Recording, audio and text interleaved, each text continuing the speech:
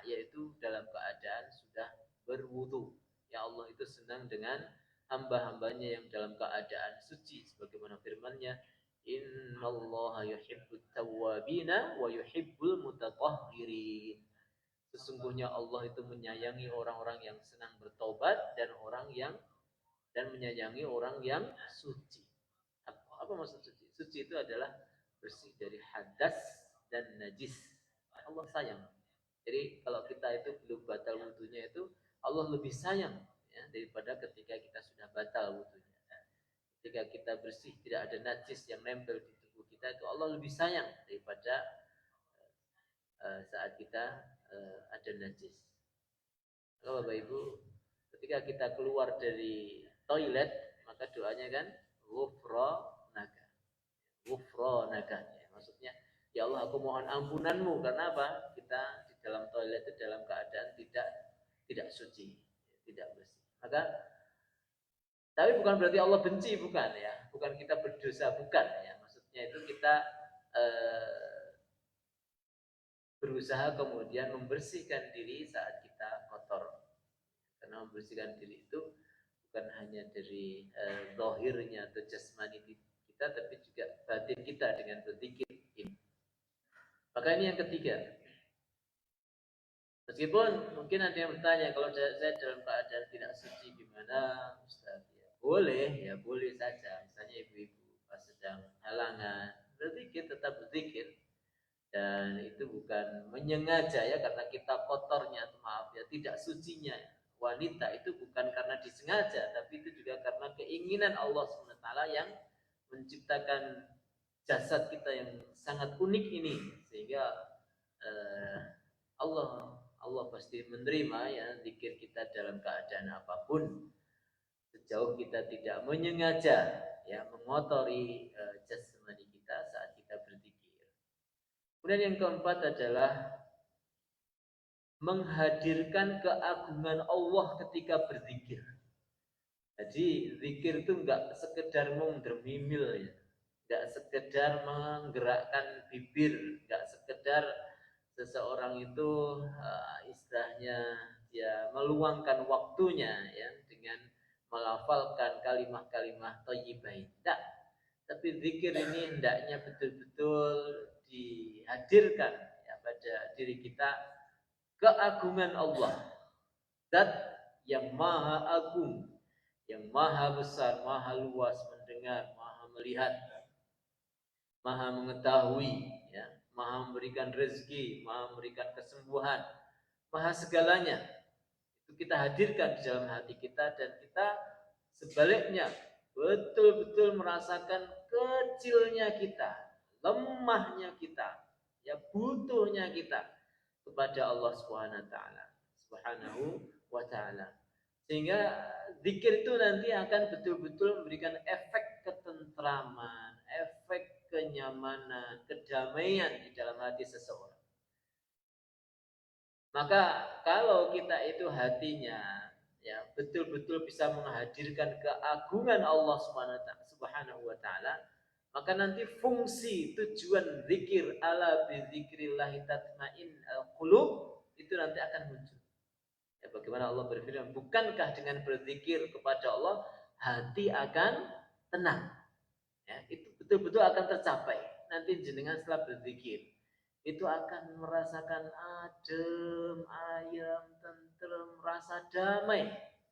Tapi ini syaratnya kita betul-betul dalam posisi sangat rendah, merasakan kita itu betul-betul tadarruan wa khufyatan, merendahkan diri, menghinakan diri di hadapan zat yang maha dahsyat. Maha dahsyat. Jadi gambarannya itu kita ini sedang menyungkur ya, sedang betul-betul kita itu menghadap kepada zat yang dia maha segalanya. Maka dari ini nanti kemudian kita akan merasakan bagaimana Allah Subhanahu wa taala itu akan menurunkan rasa sakinah, ketenangan, rahmat, barakah, maghfirah kepada kita. Nah kalau kita itu habis zikir kok tidak merasakan ketenangan, ini ya mungkin lah ya, saya bukan berarti suudzon kepada jenengan ya, mungkin karena kita belum menghadirkan rasa ini, hanya sekedar zikir tok, hanya sekedar ngafalkan kalimat-kalimat ini ya tanpa merasakan keagungan Allah Subhanahu wa taala. Maka disebutkan di dalam Quran surat Al-Anfal, innamal mu'minuna alladzina idza dzukirallahu wajilat qulubuhum. Ya, sesungguhnya orang-orang beriman jika disebutkan nama mereka. Khususnya orang beriman ketika mendengar atau disebut nama Allah bergetar hati mereka. Wa idza tuliyat 'alaihim ayatuhu zadatuhum imana. Dan ketika dibacakan atas mereka ayat-ayat Al-Qur'an, ayat-ayat Allah, bertambahlah imannya. Bertambahlah imannya. Makanya kajian ayat Al-Quran itu harusnya rutin sehingga kita akan bertambah iman kita. Salah satu dari ikhtiar mempertebal iman adalah kita membaca ayat-ayat Allah, dan membaca maksudnya adalah sambil mentadaburinya. Saya ada grup Bapak Ibu ya, sahabat Riyadul Quran, itu setiap hari kita mencoba nge-share di grup dengan judul tafsir satu hari satu ayat. Ya, nanti kalau jangan pengen dimasukkan grup, nanti bisa hari kita share di grup ya, tafsir satu ayat aja. Kita baca satu ayat, terjemahkan, kita tafsirkan, kita tadaburi. Oh, Masya Allah. Itu bermanfaat insya Allah. Ya, pertama tentu manfaat untuk saya pribadi dan kepada siapapun yang mau menyimak. Tapi kalau tidak ikut Ustaz, ini HP saya ini HP ini kakek memori. Nah, tidak harus ya, tidak harus ikut, dengan bisa membeli tafsir ayat-ayat Al-Quran ya. Kemudian dengan baca itu juga termasuk mentadaburi ayat-ayat sehingga bertambah iman kita. Ya, bukankah kita ini ya, harapan kita nanti selepas kita meninggalkan dunia ini kan kita membawa iman yang tebal. Kita lahir di dunia ini dalam keadaan membawa iman, sebagaimana hadis Rasulullah, kullu mauludin yuladu 'alal fitrah. Setiap bayi yang lahir itu lahir dalam keadaan di atas fitrah. Fitrah itu maksudnya di atas iman. Artinya bayi yang lahir itu dia membawa iman. Nah, tugas kita, wahai para bayi-bayi tua ya, bayi-bayi itu Pak ya. Tugas kita setelah bukan menjadi seorang bayi lagi adalah memegang kuat iman kita, sehingga nanti saat kita sowan kepada Allah, kita membawa iman yang lebih tebal lagi. Ya. Maka orang yang meninggal dalam keadaan husnul khotimah itu adalah orang yang mati dalam keadaan membawa iman. Dalam keadaan lahir membawa iman, di dunia yang diuji oleh Allah macam-macam, diuji ini itu, dia tetap pegang teguh imannya, mati dalam keadaan membawa iman, itulah orang yang mati dalam keadaan husnul khotimah. Nah, ini adalah perwujudan dari hadis man kana akhiru kalamihi la ilaha illallah dakhala jannah. Siapa yang akhir kalamnya adalah la ilaha illallah, maksudnya iman, maka dia masuk ke dalam surga. Apapun kita, siapapun kita, apapun kegiatan kita, jabatan kita, tidak urusan. Allah nggak akan nganggap. Yang penting mati nanti masih membawa iman Islam. Kemudian yang kelima adalah sunnah adalah istihbabul buka inda dzikrillah fil khulwah. Disunnahkan menangis ketika berzikir kepada Allah dalam keadaan sepi. sepi, sendiri.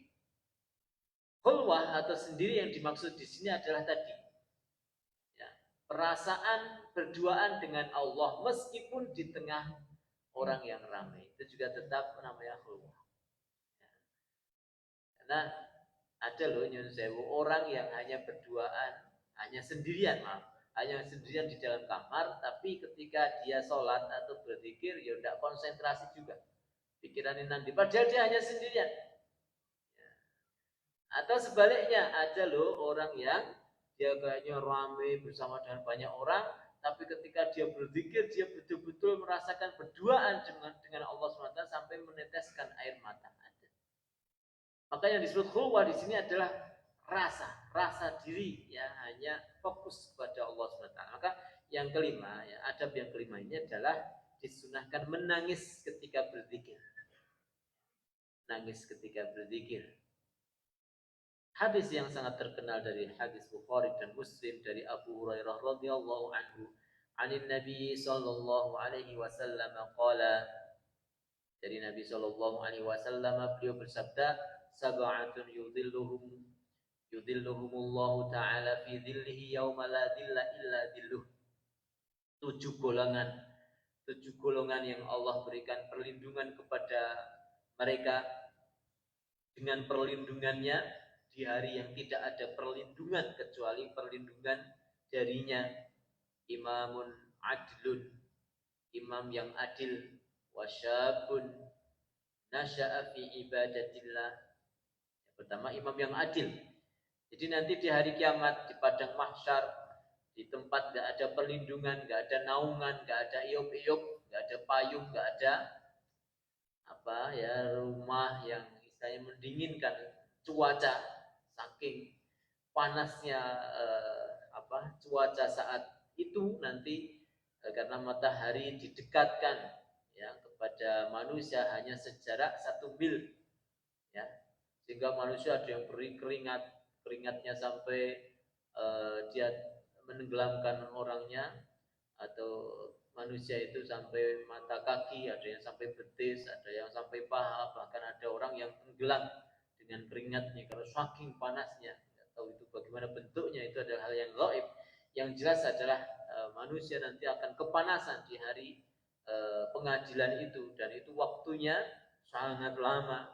Nah, hari pengadilan itu Allah SWT akan detail menanyai setiap manusia segala perbuatan mereka di dunia ini. Tak ada satupun amalan yang terlewatkan tidak ditanyai.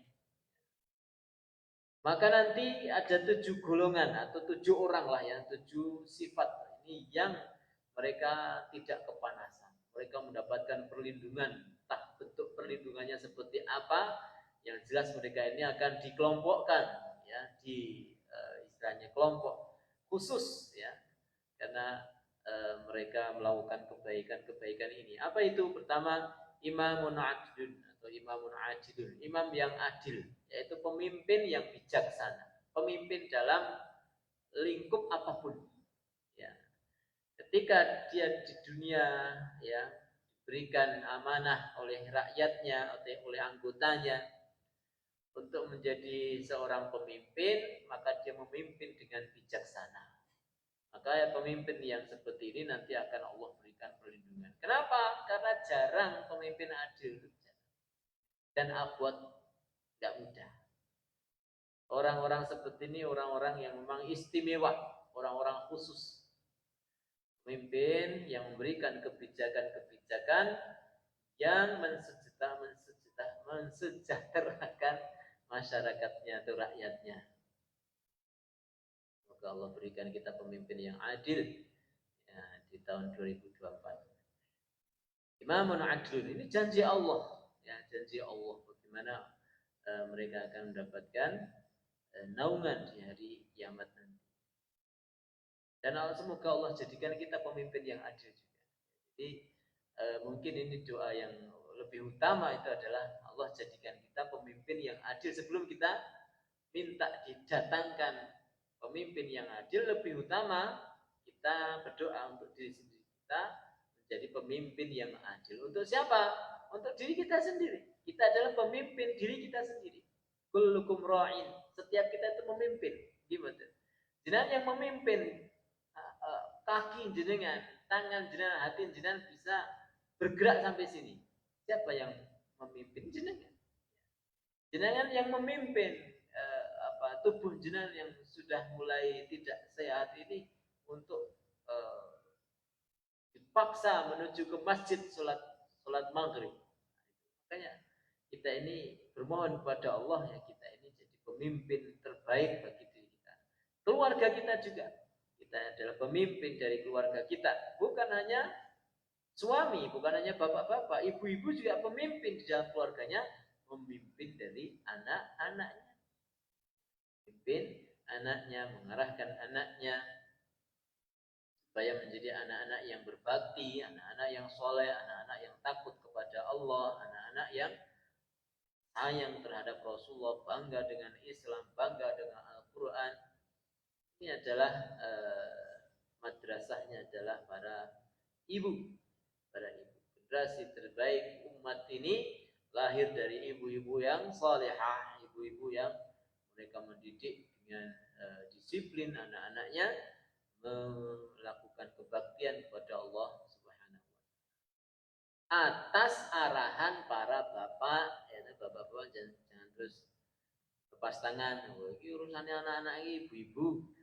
Nah, atas arahan bapak-bapak, karena pemimpinnya ibu-ibu adalah bapak-bapak. Karena kalau di grup wali santri itu tak pikir-pikir yang paling aktif kok ibu-ibu, bapak-bapak sembunyi semuanya. Saya nggak tahu di wali santri, grup-grup wali santri atau wali siswa yang lain. Ada seharusnya bapak-bapak yang lebih aktif. Wasyabun nasya fi ibadatillah. Kemudian yang kedua adalah pemuda yang tumbuh di dalam peribadatan kepada Allah. Ini adalah pemuda yang berkualitas, pemuda yang dia terpilih. Karena umumnya pemuda itu tumbuh dalam keadaan di atas kemaksiatan kepada Allah. Tapi ini pemuda yang mereka tumbuh, maksudnya tumbuh itu mereka terdidik atau mereka ditempatkan atau menempatkan diri di lingkungan yang fi ibadatillah, yang penuh dengan peribadatan kepada Allah Subhanahu wa taala, tentu sampai akhir hayatnya. Ya, kalau pas pemuda dia itu kok istilahnya dia itu rajin beribadah, kemudian tuanya kok dia meninggalkan peribadatan itu, ya tidak masuk dalam golongan ini. Ya. Maksudnya ini adalah orang yang masa mudanya itu terjaga, ya, terjaga, dia senantiasa tekun beribadah kepada Allah. Kemudian masa tuanya dia sudah terbiasa dengan kebiasaan di masa mudanya. Karena Bapak Ibu ini zaman sekarang ya, bagaimana maka golongan yang kedua ini salah satu ikhtiarnya ya masukkan di pesantren. Karena saat ini ya syabun nasyafi ibadatillah yang mungkin terjaga betul ya, itu ya di lingkungan pesantren.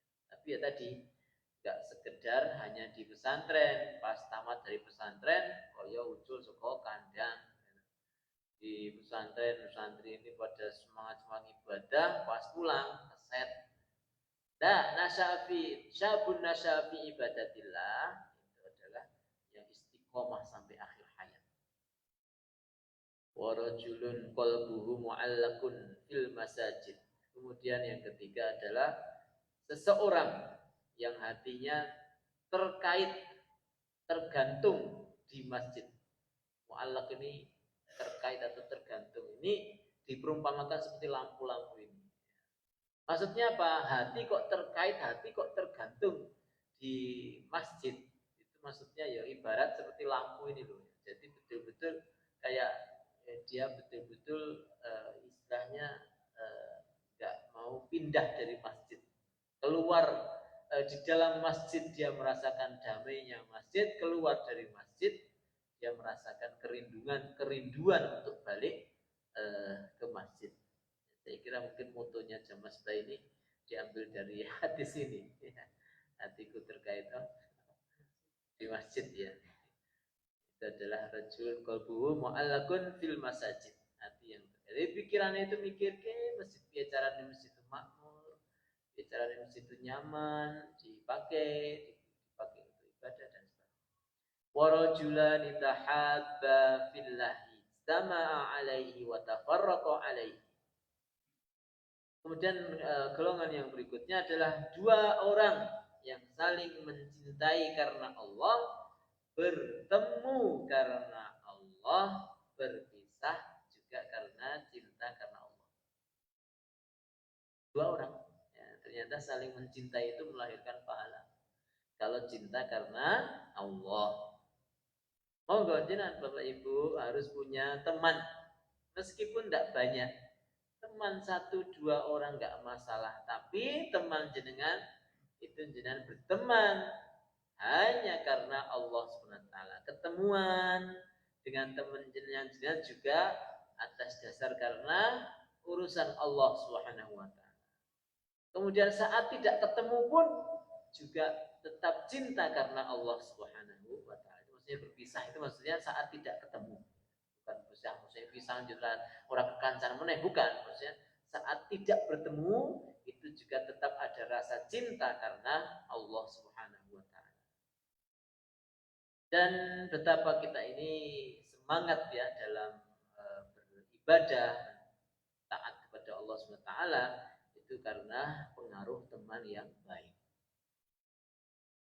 Dan ungkapkan Bapak Ibu. Salah satu sunnah ya kita ketika berteman itu adalah mengungkapkan rasa cinta kita. Ini ya rasa lebih. Gitu.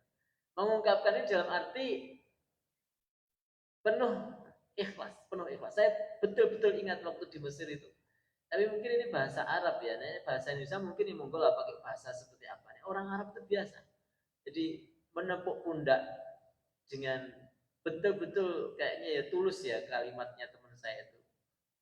Mantap. Uhibbuka fillah. Saya mencintai engkau karena Allah. Itu betul-betul rasa tulus dan kalimat itu rasanya terngiang-ngiang di sini itu. Betul itu. Jadi dia mengungkapkan rasa cinta dia ya kepada saya karena Allah itu sunnah. Jenengan juga sesekali tepuk teman jenengan, rangkul temannya jenengan itu dan ucapkan, Kang, aku mencintaimu karena Allah. Rada aku ya. Tapi maksudnya itu ya monggo lah pakai kalimat apa yang kira-kira tidak disalah artikan. Ya, aku tenan aku seneng kowe karena Gusti Allah.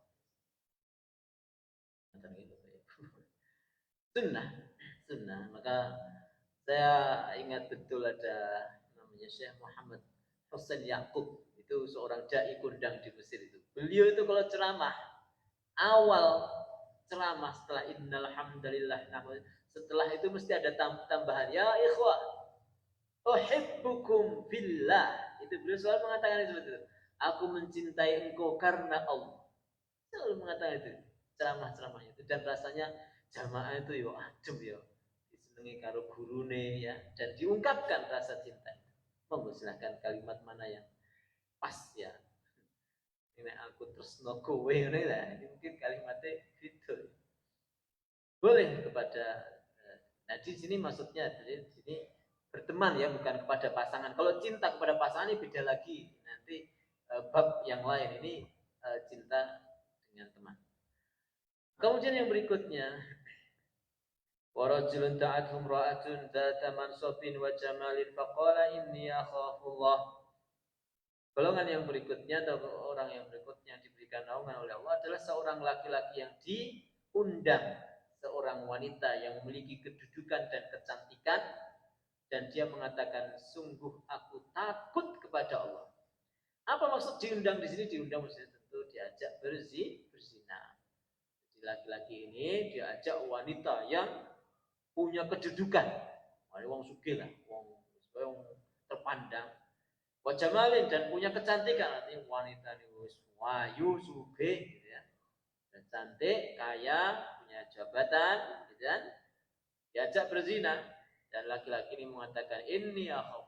Saya takut kepada Allah. Maksudnya saya takut kepada Allah, maksudnya orang gelem. Setelah itu Yusuf apa? Ini beda cerita ya. Inni akhafu, itu maksudnya saya takut kepada Allah untuk melakukan perbuatan maksiat ini. Maka orang ini diberikan naungan di hari kiamat. Wa rajulun tasaddaqa bi sadaqatin fa akhfa.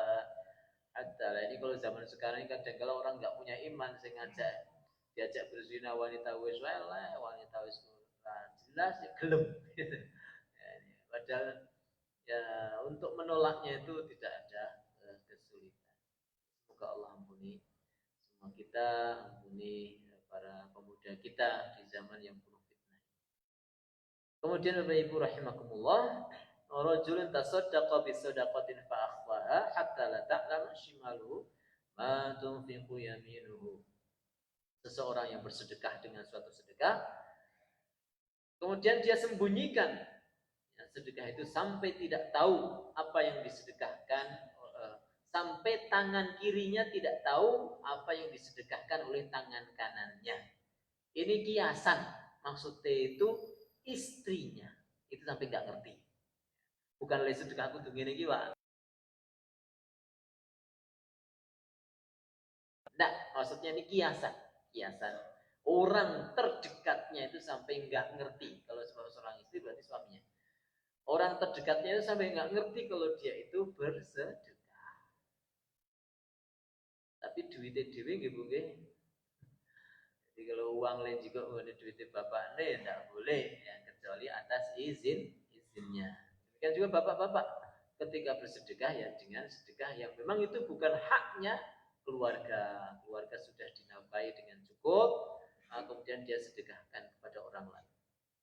Wa rajulun dzakarallaha khaliyan fafadat ainah. Nah, ini yang dimaksud dalam pembahasan ini. Yang terakhir adalah seseorang yang berzikir kepada Allah dalam keadaan sendiri yang kita maksud kayak tadi, fafadat ainah, dan meneteskan air mata. Ini sunnah berzikir itu sambil menangis. Kemudian yang keenam, istihbabu dzikrillah fi sabah wal masa. Disunahkan berzikir kepada Allah di saat pagi dan di saat sore hari. Saya baca cepat Bapak Ibu, hadis Bukhari dari Syaddad bin Aus dari Nabi sallallahu alaihi wasallam, beliau bersabda, sayyidul istighfar adalah Allahumma anta rabbi la ilaha illa anta khalaqtani wa ana 'abduka wa ana 'ala 'ahdika wa wa'dika mastata'tu abu'u laka bi ni'matika 'alayya wa abu'u laka bi dhanbi faghfir li fa innahu la yaghfiru dhunuba illa anta a'udzu bika min syarri ma sana'tu. Sayyidul istighfar ini lafalnya di sini seperti itu, di hadis yang lain ya seperti yang kita hafal. Rasulullah bersabda, barang siapa yang membacanya di sore hari kemudian meninggal, maka dia akan dimasukkan ke dalam surga atau dia dimasukkan dari ahli surga. Dan barang siapa yang membacanya di pagi hari kemudian dia meninggal dunia di siang harinya, maka dia akan dimasukkan ke dalam surga atau dijadikan sebagai penduduk surga. Maksudnya masuk surga. Ya, sayyidul istighfar. Oke, jangan rutinkan pagi sekali atau siang sekali. Pagi sekali ya, pagi sekali, sore sekali. Sore itu maksudnya sebelum tenggelamnya matahari. Ya, jangan baca asar gitu ya, baca sayyidul istighfar ini sekali atau menjelang maghrib. Malam nanti jangan meninggal, ya nanti dulu nih. Misalnya, kalau tadi sudah baca sayyidul istighfar, malam nanti meninggal dunia, jangan masuk surga. Ya, demikian juga pagi hari, besok pagi hari pada subuh atau jelang subuh, yang jangan baca sayyidul istighfar. Siang yang meninggal dunia masuk surga. Hadis Rasul. Kemudian hadis yang lain, man qala hina yusbih wa hina. Barang siapa yang membaca ketika pagi dan ketika sore hari bacaan subhanallahi wa bihamdih 100 kali, maka tidak ada seorang pun di hari kiamat yang membawa pahala lebih besar, lebih utama dari apa yang dia bawa ini. kecuali seseorang yang membaca sepertinya atau ditambah lagi. Ya, ini sekali lagi. Barang siapa yang kalau pagi membaca subhanallahi wa bihamdi subhanallahi wa bihamdi subhanallahi wa bihamdi 100 kali. Atau sore dan kemudian sore hari juga membaca subhanallahi wa bihamdi subhanallahi wa bihamdi 100 kali. Sore hari maksudnya sebelum tenggelamnya matahari. Maka di hari kiamat nanti tidak ada orang yang membawa pahala lebih besar daripada pahala jenengan membaca zikir ini, kecuali orang itu juga membaca seperti ini dan lebih. Maksudnya dan lebih itu maksudnya membaca zikir-zikir yang lain juga. Oh, ini nggak main-main, ini zikir luar biasa. Hafal tuh Bapak Ibu, gampang ya. Subhanallahi wa bihamdi ping 100, esok ping 100, sore ping 100. Ganjarannya besar, tidak ada yang lebih besar daripada itu. Ternyata Bapak Ibu, waktu sudah habis dan semoga ada manfaatnya. Hadis tentang zikir banyak sekali, keutamaan zikir banyak sekali, bisa kita baca rutin pagi dan sore hari, insyaallah manfaat. Satu lagi hadis zikir bismillahilladzi la yadurru ma'asmihi syai'un fil ardi wala fis sama' wa huwas samiul alim. Bismillahilladzi la yadurru ma'asmihi syai'un fil ardi wala fis sama' wa huwas samiul alim. 3 kali. Siapa yang baca 3 kali, maka dia tidak akan tertimpa musibah dengan tiba-tiba. Ya. Kalau pagi bacanya berarti siangnya tidak akan kena musibah yang tiba-tiba, malam demikian. Insyaallah ya kesempatan datang mungkin saya ketikkan ya. Saya printkan, mungkin saya bagi ke jamaah kejenengan supaya bisa menghafalnya. Enggak hafal ya diwaca minimal nih. Subhanakallahumma wa bihamdika asyhadu an la ilaha illa anta astaghfiruka wa atubu ilaik.